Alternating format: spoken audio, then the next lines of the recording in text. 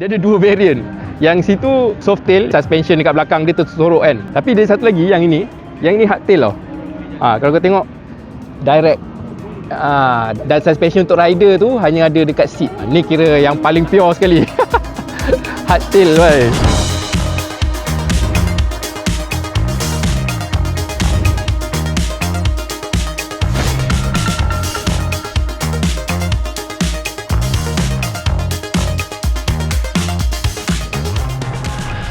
Assalamualaikum, anda sedang menyaksikan Nasir Haris Motovlog. Alhamdulillah kita berjumpa lagi. So hari ni aku dekat Lita Sepang dan aku excited untuk share dengan korang satu brand yang mungkin ramai orang tak tahu. Satu brand yang aku rasa sangat exciting. Sekarang ni diorang tengah buat macam handover kepada the first 88 owners, 88 owner baru, dan brand tu adalah ini Thunder Custom.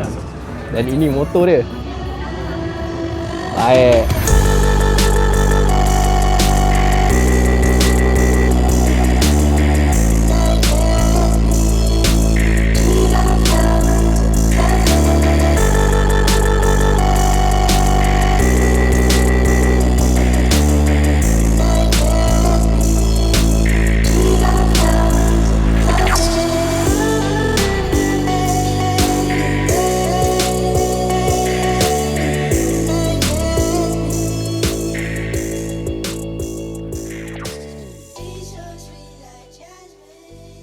Okay, dekat belakang aku sekarang ni ramai-ramai ni adalah owner-owner first batch motor Thunder Custom ni. Yang ni motor display dan model dia adalah LS250S. Aku baru first time tengok ni. Aku dah dengar brand ni lebih kurang 2-3 tahun lepas. Banyak kali lah orang tanya aku pasal brand ni kan. Brand Thunder ni, dia sebenarnya memang daripada Jepun, tapi dia atas kolaborasi lah dengan China. Yelah, kalau daripada Jepun tak adalah harga dia 20 lebih tu kan.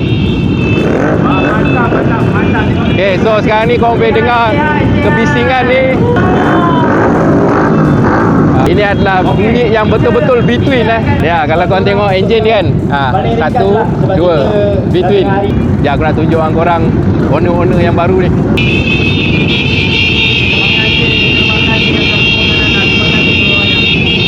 Oi, bising. Oh, beli motor dia? Oh, dah tak pakai Skomadi dah? Ada lagi kat rumah. Oh, ada lagi? Ada. Tapi yang import dia pun orang yang sama kan? Pakai ni 250i. Oh, itu pun ada beli bukan ya. Okay lah. Enjin sama, exactly. Enjin memang okey. Ada full review ke motor ni? Tengoklah nanti kalau ada, insyaAllah. Tapi memang enjin memang okey. Enjin memang okey. Dari kita pulang buat komedi dia. Boleh dengar bunyi sikit? Boleh. Dia kena custom exhaust ni bagi dia keluar lagi bunyi dia. Okey. So tadi adalah salah seorang owner first batch untuk Thunder Custom 250 ni. Aku kenal dia masa pakai Skomadi. Katanya Skomadi dia pun masih ada power. Aku nak tunggu diorang jalan dulu semua, baru aku tunjuk dengan korang sikit sebanyak lah short walk around tentang motor ni. Let's go. Okey, dah nak jalan. So kalau korang tak tahu, founder untuk Thunder ni orang Jepun ni lah. Tengah ni. Alright.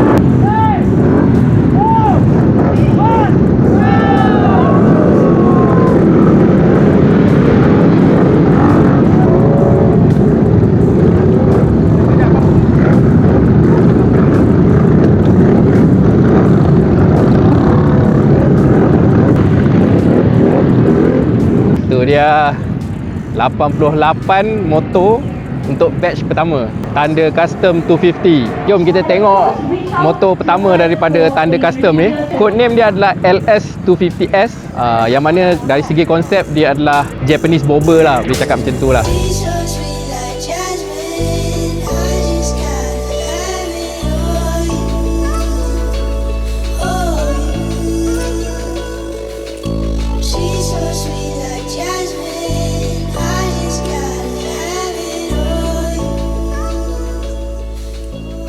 Ada banyak benda menarik yang kita boleh cerita lah. First sekali korang kena tengok dia punya tempat kunci kat sini tau. Korang jangan tersalah pegang pula. Bila korang nak on tu, jangan tersalah pegang ni. Aku rasa kita tunjuk daripada depan sampai belakang sekali lalu. Okay, first sekali korang tengok lampu dia memang lampu jenis klasik lah. Dan pakai mentol lagi tu. Kemudian ini antara benda yang paling menarik dekat motor ni. Suspension depan dia pakai jenis yang macam ni. So dia ada link kat sini. Tapi brake tetap brake disc. Dan ada ABS, nampak? Tayar ni memang tayar klasik, depan dengan belakang. Dia punya saiz adalah 6.0. 6.0 ni aku tak ingat dia punya equivalent berapa. Nanti aku tulislah kat bawah. Dan dia punya rim dia adalah saiz 16. Oh silap, 5.0 depan dengan belakang. Sama saiz 16. And then kita tengok meter dia boleh kata semi digital. Ada juga meter analog untuk RPM. Dan dekat bawah ni aku on jap meter. Koyak sikit. Dekat sini ada gear indicator, ada speedometer dan ada odometer kat bawah. Dan ada meter minyak juga. Motor ni sebab dia adalah satu jenis motor custom, kira nama pun tanda custom kan. So korang boleh nampak bahagian depan ni, bahagian handlebar, memang nampak macam motor custom lah. Dia clean je. Nice gila lah switch ni. Untuk handlebar dia pakai pad bar. Dan dari segi kelebaran tu, aku rasa dia tak terlalu lebar, sesuai dengan motor ni lah, motor 250. And then dia punya tank ni shape macam peanut ni. Tak silap aku tadi 7 liter. Masa presentation tadi itu je yang aku tahu sebab dia orang tak bagi brochure. And then untuk setting yang macam ni dia memang single seat lah. So untuk dia punya foot position, yang ini dia panggil front control. Kaki korang akan ke depan lah. So motor ni ada clutch manual, gear dekat belah sana, belah kiri, brake dekat belah sini. Dan brake untuk depan dengan belakang ada ABS dan juga brake disc. Nampak? Alright. Okay, untuk suspension depan memang korang clearly boleh nampak ada suspension yang sangat menarik kat depan ni kan. Tapi bahagian belakang susah sikit nak nampak sebab dia dekat bawah seat. Ini memang karakter yang ada dekat Softail lah. Softail yang sedia macam nampak hardtail lah. Dia sebab dia nak mimik ni sebenarnya. Kalau hardtail dia bersambung kan. Yang ini dia ada suspension kat bawah ni. Okey lah, kalau tidak kau bawa tak selesa kot. Keras gila. So untuk bahagian belakang rear light memang LED. Dan untuk turn signal dia masih lagi pakai mentol. So kalau tengok daripada belakang ni, memang saiz tayar ni agak lebar. Kenalah dengan dia punya konsep iaitu bobber kan, Japanese bobber. So sekarang aku nak cerita benda yang aku paling tahu lah dekat motor ni. Iaitu benda dekat tengah ni, iaitu engine. Engine V-twin ni. Engine V-twin ni memang aku kenal sebab dia adalah engine yang sama ada dekat Buccaneer 250 aku. So dia adalah configuration V-twin yang aku tahu kalau dia buat exhaust memang bunyi sedap gila.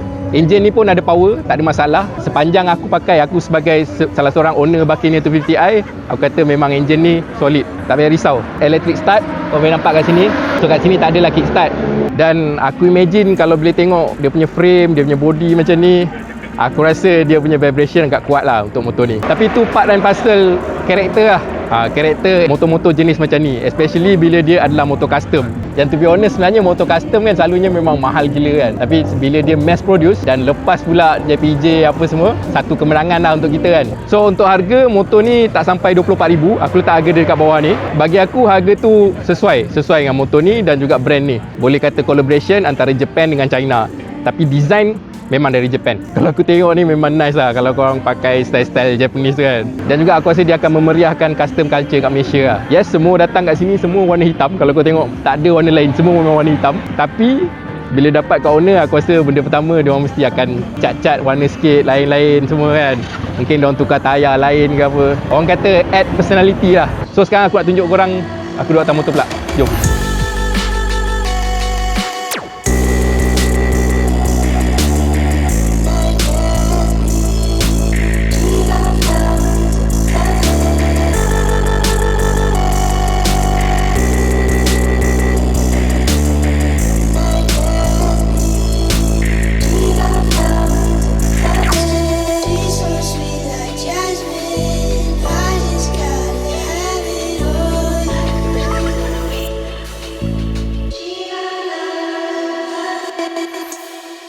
Okay, sekarang aku nak tunjuk aku duduk atas motor ni. Jom. Bismillah. Sihat memang rendah gila lah. Memang low rider. Kalau korang boleh tengok kaki aku memang bend. Kemudian handlebar, dia punya position sebenarnya lebih kurang kat pinggang aku je. Dia bukan jenis yang tinggi-tinggi tu lah. Macam aku cakap tadi, dia tak terlalu lebar. Aku rasa lah, ini tak sampai 800. So untuk bawa dalam bandar, dia tak serabut macam bawa Harley lah. And then dari segi keberatan, ini definitely jauh lebih ringan lah daripada Harley. Of course lah, Harley 1200cc, yang ini 250cc je kan. Kemudian dia punya foot control, actually ini agak bukan terlalu menjulur kaki. Kaki aku kira okey lah macam ni, nice tak. And then feeling bawa dia, aku rasa nice lah. Aku rasa macam still in control lah dengan motor ni. Macam aku betul-betul bawa motor, bukan motor bawa aku. Mungkin sebab dia tak terlalu besar, dia 250cc kan. Okay, dari segi braking kan, aku notice bila aku pegang ni, bila aku tolak, dia tak dive. Suspension ni hanya akan berfungsi ketika kau bawa, contohnya macam ni kan, aku tekan ke bawah, nampak dia gerak kan. Tapi kalau aku tekan brake, aku tolak ke depan, tak gerak. Dia tak dive. Dia ada sistem anti-dive lah lebih kurang. Mungkin orang yang tak pernah bawa motor yang macam ni, dia akan rasa pelik lah, rasa macam tak sedap lah suspension. Tapi ni sebenarnya memang macam ni lah. Memang intention dia macam tu. So jom kita dengar bunyi dia pula. Bismillah. So bunyi dia memang proper V-twin. Sebab dia memang V-twin. Ada certain motor kan, dia parallel twin tapi bunyi macam V-twin. Yang ini real V-twin. Kita rev sikit.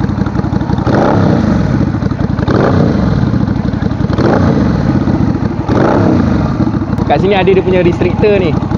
So bunyi tak dapat keluar betul-betul. Ok, aku nak tambah sikit, aku lupa. Sebenarnya untuk LS250S ni, dia ada dua variant. Yang situ softail, yang macam aku cakap tadi, suspension dekat belakang dia tersorok kan. Tapi ada satu lagi, yang ini hardtail tau. Kalau kau tengok direct. Dan suspension untuk rider tu hanya ada dekat seat macam ni. Ni kira yang paling pure sekali. Hardtail boy. So antara perbezaan dia selain daripada bahagian ni adalah dia punya kunci bukan kat sini tau. Kunci dia dekat sini, dekat bawah seat. Yang lain-lain aku rasa boleh kata hampir sama lah. Bila aku duduk pun feel dia sama je lah.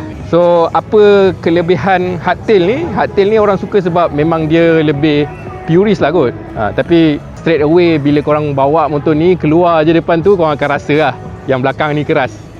Dah lah suspension depan ni agak keras, belakang pun keras juga. So this is very hard. So aku rasa itu saja untuk kali ni. Kalau korang ada soalan boleh tulis kat bawah. Personally aku excited lah dengan adanya brand baru yang bawa custom culture dekat Malaysia. So aku nak dengar pendapat korang. Kita jumpa pada video seterusnya. Mungkin aku akan cover yang tu pula, yang merah tu, Lambretta. Seperti biasa jangan lupa like video ni, share dan subscribe. Assalamualaikum.